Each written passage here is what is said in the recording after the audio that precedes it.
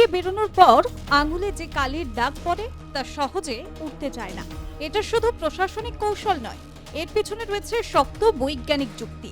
এই কালি মূলত তৈরি হয় এমন এক রাসায়নিক যৌগ দিয়ে যা ত্বকের উপরে গভীরভাবে বসে যায় এবং কয়েকদিন পর্যন্ত স্থায়ী থাকে। জানেন এই কালির প্রধান উপাদান কি? জানেন কালিতে থাকা কোন যৌগটি ত্বকের উপরের স্তর অর্থাৎ এপিডার্মিসের কোষগুলির সঙ্গে রাসায়নিক বন্ধন তৈরি করে? কিভাবে তা ত্বকের প্রোটিনের সঙ্গে বিক্রিয়া করে আরও এক ধরনের গাঢ় রং তৈরি করে যা সাধারণ সাবান বা জল দিয়ে সহজে ওঠে না। দোরগোড়ায় ২৬শে বিধানসভা নির্বাচন, আবারও ভোট দেবেন। ইলেকশন অফিসাররা তার প্রমাণ হিসেবে আপনার আঙুলে কালি দিয়ে দেবেন। যতদিন যাবে সেই রং ক্রমশ আগের থেকে গাঢ় হয়ে যায়। সাবান বা তেল দিয়ে তুলে দিতে চাইলেও তাতে সফল হওয়া যায় না, কারণ ভোটের কালির সঙ্গে জড়িয়ে রয়েছে বিজ্ঞানের দারুণ এক জিনিস, এক রাসায়নিক প্রক্রিয়া। আসল ব্যাপারটা হলো পোলিং বুথে আঙুলে যে কালি লাগিয়ে দেওয়া হয় তা কোনো রকম সাধারণ কালি বা রং নয়। এটাকে বলা হয় ইনডেলিবল ইঙ্ক বা নন রিমুভেবল কালি। এবার ব্যাপারটা হলো কালিটার মধ্যে কি এমন আছে? রসায়নের ভাষায় বললে এই কালির প্রধান উপাদান সিলভার নাইট্রেট। প্রাকৃতিকভাবে আমাদের শরীরে সামান্য নুন রয়েছে। যখনই সিলভার নাইট্রেট আমাদের আঙুলে লাগানো হয় সেটা তখনই আমাদের চামড়ায় থাকা ওই লবণের সঙ্গে বিক্রিয়া শুরু করে দেয় আর তৈরি করে সিলভার ক্লোরাইড। আর এই সিলভার ক্লোরাইড জলেতে কোনোভাবেই গলে না, বরং সূর্যের আলো যখন এই কালির উপর পড়ে তখন এটি আরো কালো হয়ে চামড়ার সঙ্গে মিশে যায়। অনেকটাই পুরনো দিনের ফটোগ্রাফিক ফিল্মের মতো। আলো যত পড়ে ছবি ততই ফুটে ওঠে। ঠিক তেমনি বোর্ড দিয়ে আপনি যতই রোদে ঘুরবেন ততই আঙুলের দাগ কালো হবে বা গাঢ় হবে। এবার কেউ কেউ ভাবতেই পারেন ব্লিচিং পাউডার বা নেল পলিশ রিমুভার জাতীয় এই ধরনের যে জিনিস রয়েছে তা দিয়ে কালি তুলে দেবেন, কিন্তু ভুলেও সেটা করবেন না। কারণ এই কালির আসল কায়দা হলো এটি শুধুমাত্র চামড়ার উপরেই থাকে না, এটি একেবারে চামড়ার কোষে মিশে যায়। তাই এই দাগ তোলার একমাত্র উপায় অপেক্ষা করা বা সময় নেওয়া। সময়ের সঙ্গে সঙ্গে চামড়ার উপরে ডেড সেল তৈরি হয়, আবার নতুন কোষ তৈরি হয়। এই পুরো প্রক্রিয়া হতে সময় নেয় ২ থেকে ৪ সপ্তাহ।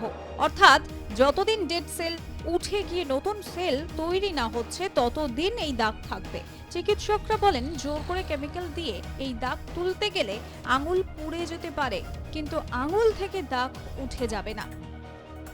আচ্ছা, এই কালির পরিকল্পনাটা কিভাবে এলো বা কোথা থেকে এলো? ঘুরে আসা যাক ইতিহাসের পাতা থেকে। ১৯৬২ সালে নির্বাচন কমিশন প্রথম এই সমস্যার সম্মুখীন হন।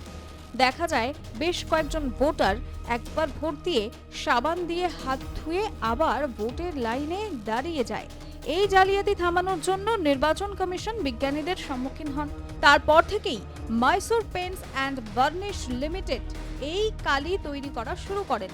তারা দীর্ঘদিন ধরে নির্বাচন কমিশনের জন্য এই কালি সরবরাহ করে আসছে। আন্তর্জাতিক ক্ষেত্রেও এই কালির সুনাম রয়েছে, কারণ এটি নির্ভরযোগ্য এবং কার্যকর। ভারত এবং পাকিস্তান ছাড়া ইরাক ও দক্ষিণ আফ্রিকার মতো দেশগুলিতে এই কালির ব্যাপক ব্যবহার রয়েছে। তবে সব দেশ কিন্তু এই কালির উপর নির্ভর করে না। অনেক দেশই জালিয়াতি রুখতে আধুনিক পদ্ধতির সাহায্য নিচ্ছে। উন্নত দেশগুলিতে আধুনিক কালির বদলে ডিজিটাল ভাবে ফিঙ্গারপ্রিন্ট স্ক্যান করা হয়। আবার কিছু দেশ ভোটার কার্ডের বারকোড না কিউআর কোড স্ক্যান করে। তবে সবথেকে কঠোর ব্যাপার যে কোল্ড ড্রিঙ্কসের রেসিপি যেমন সিক্রেট রাখা হয়, তেমনি এই কালির সঠিক ফর্মুলাটাও টপ সিক্রেট। কারখানায় যারা কাজ করেন তারাও জানেন না এই রাসায়নিক মিশ্রণের সঠিক অনুপাত কি।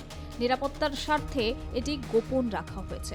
তবে বাঙালি হিসেবে আমাদের একটি স্বভাব রয়েছে, সবকিছুতেই আমরা একটু ফাঁক ফোকর খুঁজি।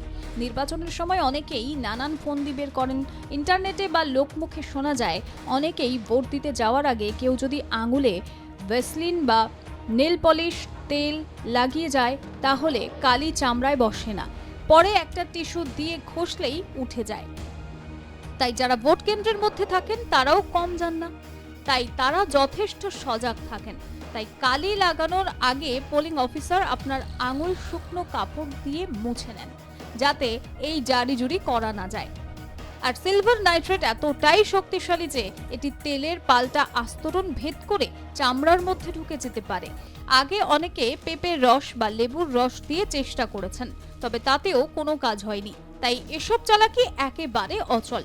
সব মিলিয়ে ভোটের কালি শুধু একটা দাগ নয়, এটা গণতন্ত্র রক্ষার এক গুরুত্বপূর্ণ বৈজ্ঞানিক অস্ত্র। এর রাসায়নিক গঠন এবং প্রয়োগ পদ্ধতি এমনভাবে তৈরি যাতে স্বচ্ছ এবং সুষ্ঠু নির্বাচন নিশ্চিত করা যায়।